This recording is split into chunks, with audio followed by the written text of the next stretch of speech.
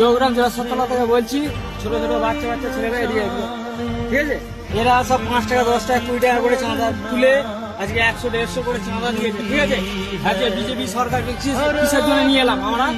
কিসের জন্য নিয়ে এলাম? আমরা হিন্দুরা ভালো থাকবো, প্লাস আমরা আনন্দ ফুর্তি মজ মস্তিতে থাকবো, এই জন্যই আমরা বিজেপি সরকারকে নিয়ে এসেছি। তা আজকে মাত্র 30-40 হাজার টাকা খরচা, 30-40 হাজার টাকা খরচা করে আজকে মাইক সেট নিয়ে এলো, ঠিক আছে? তাই মাইক সেট মানে সবকিছু বন্ধ হয়ে গেল সরকারের ক্ষমতা। টিএমসি সিপিএম এর আমলে এগুলো হয়নি। এগুলো কেন এখন কিসের জন্য হচ্ছে? যেমন এসে সবকিছু বন্ধ করে দিল। আমি এবার বলতে গেলাম বলে আমাকে গরম দিয়ে আমার ফোন সব কেড়ে নিয়েছিল। এগুলো কিসের জন্য হবে? কারা এনেছি? আমরা হিন্দুরা এনেছি। মারা আজকে একটা হিন্দু ভোট দেয় না, ঠিক আছে? 5টা হিন্দু ভোট দেয় না, ঠিক আছে? কিন্তু সব হিন্দুরাই তো নিয়ে এসছে বিজেপি সরকারকে।